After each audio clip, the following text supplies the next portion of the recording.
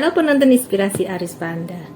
Kita jumpa lagi di video inspirasi dan motivasi. Semoga kalian semua selalu dalam keadaan sehat dan berkah melimpah. Bagi yang belum subscribe, jangan lupa ya subscribe-nya. Dan jangan lupa tekan tombol loncengnya, supaya kalian tidak ketinggalan video-video terbaru dari Inspirasi Aris Panda. Selamat mengikuti!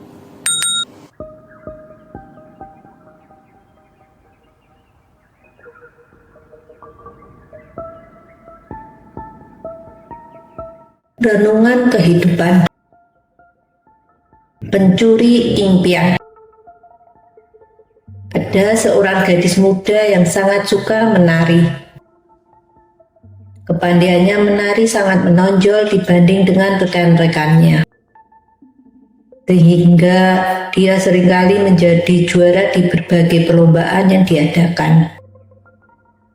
Dia berpikir, dengan apa yang dimilikinya saat ini, suatu saat apabila dewasa nanti, dia ingin menjadi penari kelas dunia.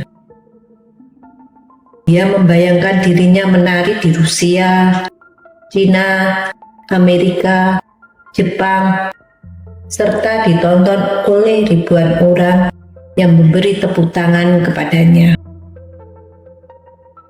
Suatu hari, di kotanya dikunjungi oleh seorang pakar tari yang berasal dari luar negeri.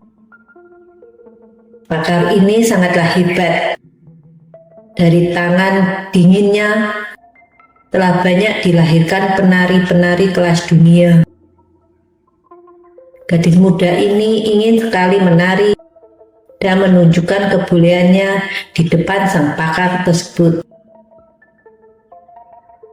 Bahkan jika mungkin memperoleh kesempatan untuk menjadi muridnya. Akhirnya kesempatan itu datang juga. Si gadis muda berhasil menjumpai sang pakar di belakang panggung. Seusai sebuah pagelaran tari, si gadis muda bertanya, "Pak, saya ingin sekali menjadi penari kelas dunia. Apakah Anda punya waktu sejenak untuk menilai saya menari? Saya ingin tahu pendapat Anda tentang tarian saya." "Oke, menarilah di depan saya selama 10 menit, jawab sang pakar. Belum lagi 10 menit berlalu. Sang pakar berdiri dari kursinya, lalu berlalu meninggalkan si gadis muda begitu saja, tanpa mengucapkan sepatah kata pun. Betapa hancur gadis muda tersebut terhadap sikap sang pakar. Si gadis langsung berlari keluar.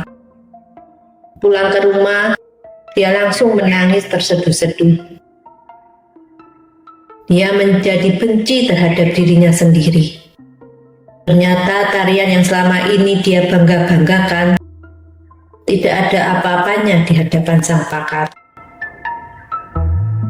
Kemudian dia ambil sepatu tarinya dan dia lemparkan ke dalam gudang. Sejak saat itu, dia bersumpah tidak akan pernah menari lagi. Puluhan tahun berlalu. Sang gadis muda kini telah menjadi ibu dengan 3 orang anak. Suaminya telah meninggal. Dan untuk menghidupi keluarganya, dia bekerja sebagai pelayan dari sebuah toko di sudut jalan. Suatu hari ada sebuah pagelaran tari yang diadakan di kota itu. Nampak sang pakar berada di antara para penari muda di belakang panggung. Sang pakar nampak tua dengan rambutnya yang sudah putih. Si ibu muda dengan 3 anaknya juga datang ke pagelaran tari tersebut. Seusai acara, ibu muda dengan membawa ketiga anaknya ke belakang panggung. mencari sang pakar, dan memperkenalkan ketiga anaknya kepada sang pakar.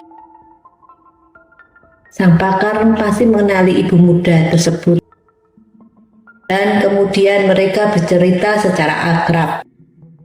Si ibu bertanya, "Pak, ada satu pertanyaan yang mengganjal di hati saya.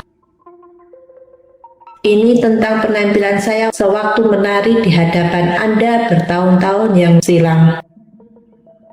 Sebegitu jelekkah penampilan saya saat itu, sehingga Anda langsung pergi meninggalkan saya begitu saja, tanpa mengatakan sepatah kata pun?"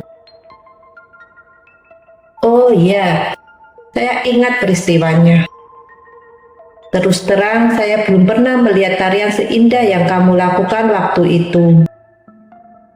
Saya rasa kamu akan menjadi penari kelas dunia. Saya tidak mengerti mengapa kamu tiba-tiba berhenti dari dunia tari," jawab sang pakar. Si ibu muda itu sangat terkejut mendengar jawaban sang pakar. "Ini tidak adil," seru si ibu muda. "Sikap Anda telah mencuri semua impian saya. Kalau memang tarian saya bagus, mengapa Anda meninggalkan saya begitu saja ketika saya baru menari beberapa menit? Anda seharusnya memuji saya dan bukan mengacuhkan saya begitu saja. Mestinya saya bisa menjadi penari kelas dunia, bukan hanya menjadi pelayan toko." Si pakar menjawab lagi dengan tenang, "Tidak, saya rasa saya telah berbuat dengan benar. Kamu tidak harus minum anggur 1 barel untuk membuktikan anggur itu enak. Demikian juga saya. Saya tidak harus menonton Anda 10 menit untuk membuktikan tarian Anda bagus. Malam itu saya juga sangat lelah setelah pertunjukan. Maka sejenak saya tinggalkan Anda untuk mengambil kartu nama saya dan berharap Anda mau menghubungi saya lagi keesokan hari. Tapi Anda sudah pergi ketika saya keluar. Dan satu hal yang perlu dicamkan, bahwa kamu mestinya fokus pada impianmu, bukan pada ucapan atau tindakan saya. Lalu pujian? Kamu mengharapkan pujian? Waktu itu kamu sedang bertumbuh. Pujian itu seperti pedang bermata dua. Ada kalanya memotivasi, namun bisa pula melemahkanmu. Dan faktanya, saya melihat bahwa sebagian besar pujian yang diberikan pada saat seseorang sedang bertumbuh hanya akan membuat dirinya puas dan pertumbuhannya berhenti. Saya justru lebih suka mengacungkanmu agar hal itu bisa melecutmu bertumbuh lebih cepat lagi. Lagi pula, pujian itu sepantasnya datang dari keinginanmu sendiri. Tidak pantas kita meminta pujian dari orang lain. Anda lihat, ini sebenarnya hanyalah masalah sepele.